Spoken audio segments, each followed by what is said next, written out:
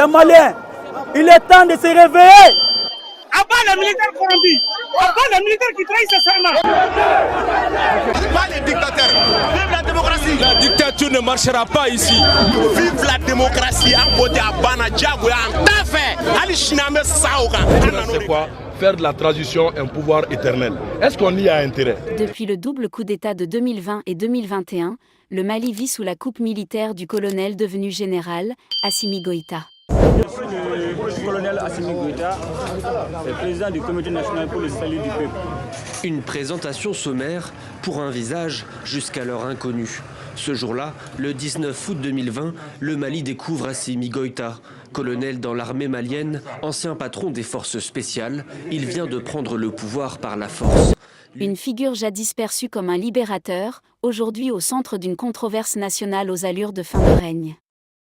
En mai 2025, le régime organise un dialogue national, mais la manœuvre est limpide, il ne s'agit pas d'écouter le peuple, mais de consolider un pouvoir absolu. Résultat, une proposition choc. Goïta président pour 5 ans, renouvelable. Préconise qu'Assimi Goïta reste en poste pour 5 années supplémentaires, renouvelable une fois, et que le titre de président de la République lui soit attribué. Et plus radical encore, la dissolution pure et simple de tous les partis politiques. TRM du 7 mai 2025, portant suspension des activités des partis politiques. Salut à tous et bienvenue sur votre chaîne d'information de référence. Aujourd'hui nous vous amenons du côté de l'Afrique de l'Ouest, plus précisément au Mali, ou autrement dit, plus de pluralisme, plus d'opposition, plus de démocratie. Face à cette annonce, les partis politiques dénoncent une violation flagrante de la Constitution. Face au résultat d'une dictée préparée. Parce que comment des Maliens de différents horizons, de différentes couches, peuvent se retrouver pour parler sur les modifications à apporter à la charte des partis politiques et à l'arrivée, que ce soit à Gao, que ce soit à Caille, que ce soit dans la diaspora, les recommandations soient les mêmes. Interrogez-vous, interrogeons-nous sur la sincérité de ce processus.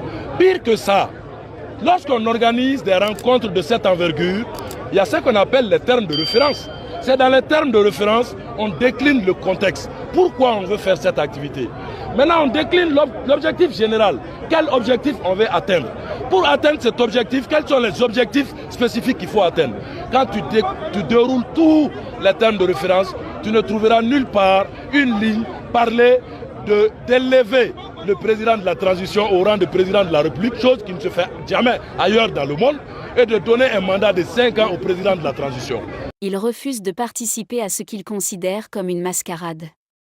Le 3 mai, un fait rare à Bamako, des centaines de citoyens descendent dans la rue. Ils réclament le retour à l'ordre constitutionnel, la démocratie, la liberté. Trop c'est trop. Trop c'est trop. Trop c'est trop. Les Maliens, il est temps de se réveiller. L'objectif général, mais surtout une démonstration de force. Que ce gouvernement en place sache que nous, on a cessé d'être une population, mais un peuple. Nous sommes désormais un peuple et qui mérite d'être respecté. Leur courage est salué, leur détermination, redoutée. 4 jours plus tard, la réponse tombe comme un coup près, toutes les activités politiques sont suspendues indéfiniment. TRM du 7 mai 2025, portant suspension des activités des partis politiques.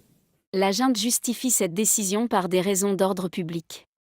Mais la vérité est ailleurs, c'est la peur de perdre le contrôle. Depuis, les arrestations et les disparitions s'enchaînent. Militants, opposants, simples citoyens, tous deviennent des cibles. Arrive devant un domicile, celui du vice-président du CODEM, un parti d'opposition. Des hommes armés descendent du véhicule selon des témoins.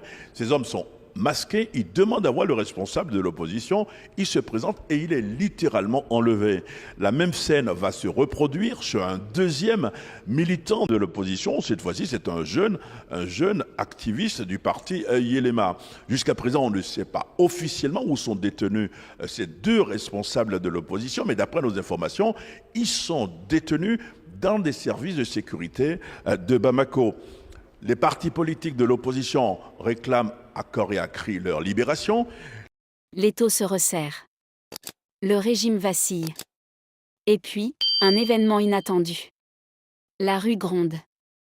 Le peuple malien, excédé, lance un ultimatum clair et puissant, 72 heures. 3 jours pour qu'Assimi Goïta quitte le pouvoir. 3 jours pour éviter l'embrasement. Et soudain, le silence. Ni discours, ni apparition publique. L'homme fort de Bamako ne donne plus signe de vie. Les rumeurs se multiplient. Goïta aurait quitté la capitale.